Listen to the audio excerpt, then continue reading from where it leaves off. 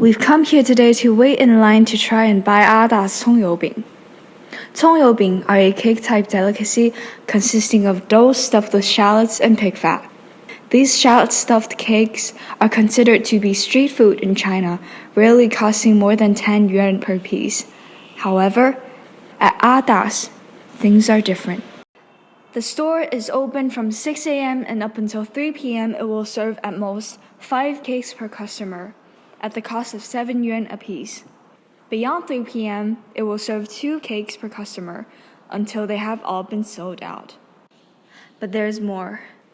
People begin lining up at 3:30 a.m. and the average waiting time is 1 to 4 hours. These cakes have been auctioned off for over 100 yuan, and the fact that the environment of the store is not the best, or that these 葱油饼 were made in an unsanitary fashion, makes the grandeur of these cakes seem questionable. We traveled by metro to get here. It's located along Line 9 at the stop Dapuqiao. Along the way to the shop, we passed Tianzifang, a popular old Shanghai area, and a hospital. There are lots of other stores along the way, tons of restaurants. We've arrived here today at approximately 10:15, and we are going to wait in line and see how long it takes for us to get our 葱油饼. Since there's not a lot we can do, we interviewed some people, asking them how they heard about the shop and why they're willing to wait so long. 我就在上海上学，他是住附近吗？本来就是来这边市区玩一下嘛，因为学校比较远。以前听说过这家店，对，网上。还有多久？2个多小时。这么久吗？对呀，8点钟就过来了。对。从浙江那里过来的。哦，来上海玩了，端午节放假，所以来这边玩。以前是听说过这家店吗？对呀，在抖音上看到的。哦，所以是特意过来是吗？是呀，刚好这次来上海玩，离得也不远，然后就来了。这次端午放假到上海来玩吗？没有，我是在前面那个老婆在这里住院，这里就过来看。每次已经好几天了，每次都这样在排队。哦，就不管放假还是什么的吗？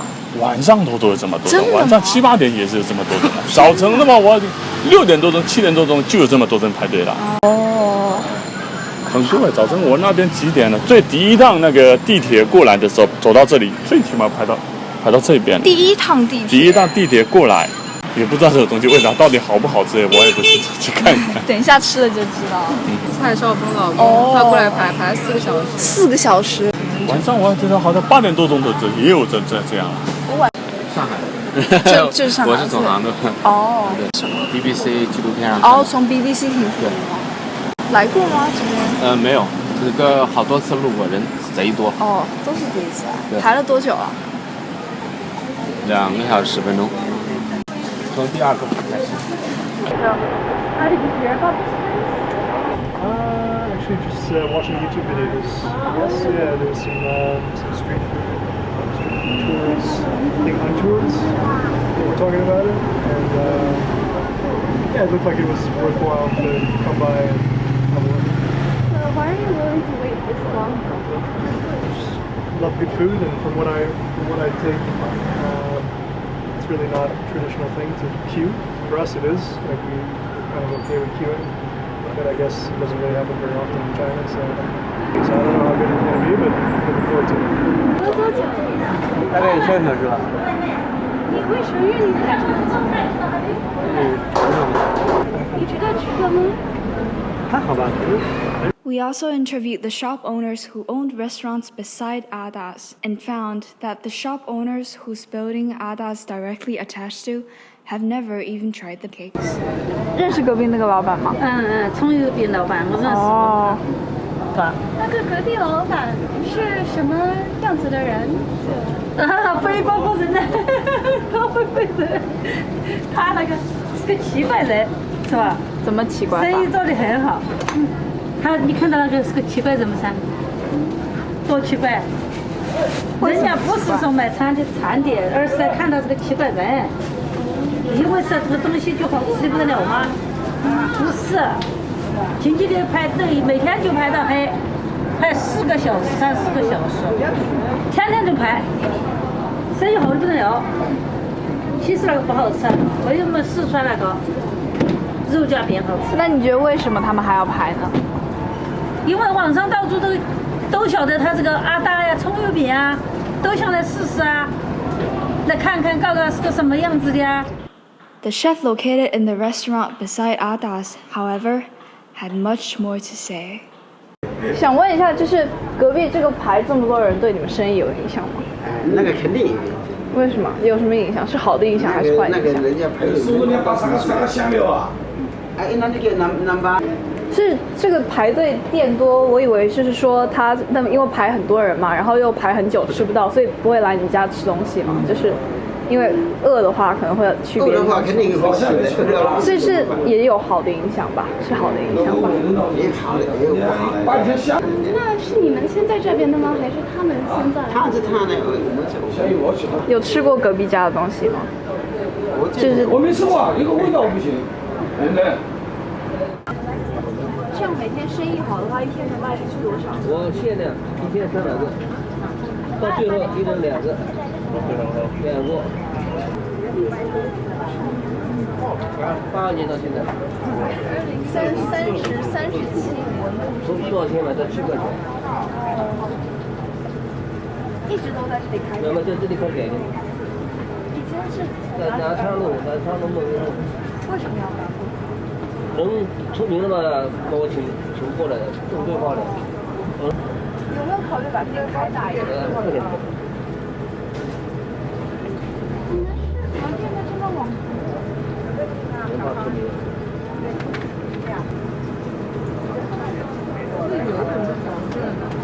有豆油跟面皮。豆油啊。豆油不是黄颜色吗？当年还没出生呢。啊，那是真的是匠人精神，真的只有你这边有的。从1毛钱买到7块钱。1毛钱买起，哇，一直都没有变吗？就是按照。我现在在变磨点这个。2,000 years later. 他想卖掉，现在他想卖掉。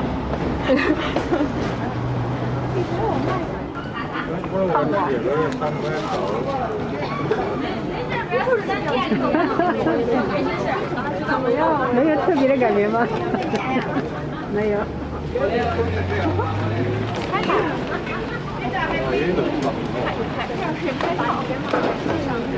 是什么味道？就是川州味道。什么臭？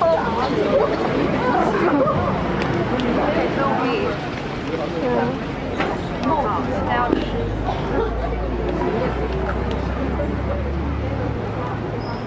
看着对面那主持人，哎呦，好吃的这些。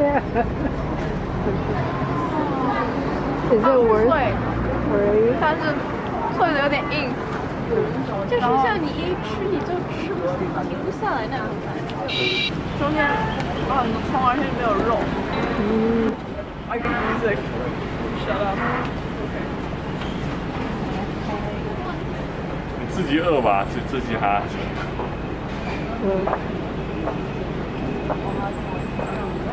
旁边排。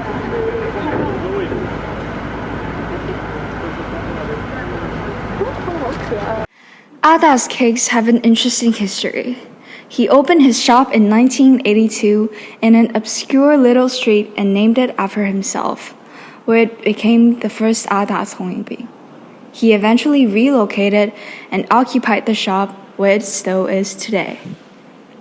Ada was reported for using 地沟油 or waste oil in his food.